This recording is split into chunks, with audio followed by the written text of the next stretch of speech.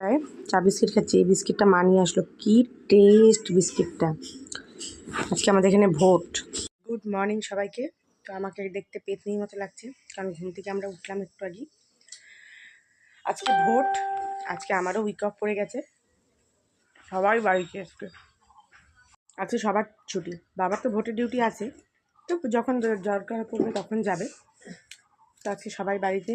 আজকে দেখুন ওয়েদারটাও বেশ ভালো, এখনও রোদটাও উঠেনি, মেঘলা মেঘলা। এখন এই চা খাচ্ছি, তারপর দেখা যাক কী রান্নাবান্না হয়। এক কৌটা বিস্কিট ছিল, আমরা খেয়ে পেলাম। হেভি টেস্ট বিস্কিটটা। দেখো ঝালের কালারটা কত সুন্দর আসছে মাছের। আজকে আমরা খেলাম অনেকদিন পর পরোটার আলুর তরকারি করা হয়েছিল ব্রেকফাস্টে, ভিডিও করতে ভুলে গেছি তাড়াহুড়োতে। খেতে খেতে বেজে গেছে 10:30, 11:30।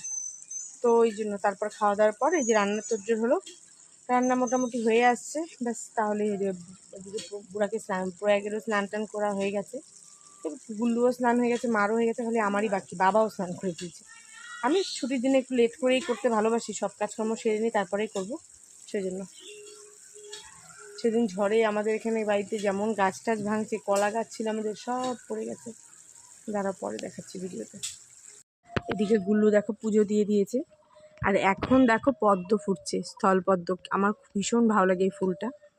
তো এই যে গুল্লু আমাদের আজকে পুজো দিয়েছে। আজকে বৃহস্পতিবার ঘট বসলো, বাইরেও এই যে পুজো দেওয়া কমপ্লিট। আর আমি রান্না করছি এদিকে। আজকে রান্না মাছ, এই যে হচ্ছে মাছের ডিম তেল দিয়ে করা চচ্চড়ি, তার সাথে এই যে খারকন পাতা বাটা, এখানেও আরেকটু মাছ আছে। কমপ্লিট, মা চলে গেছে ভোট দিতে।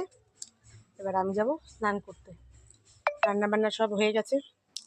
সব থেকে বড় কাজ এটাই।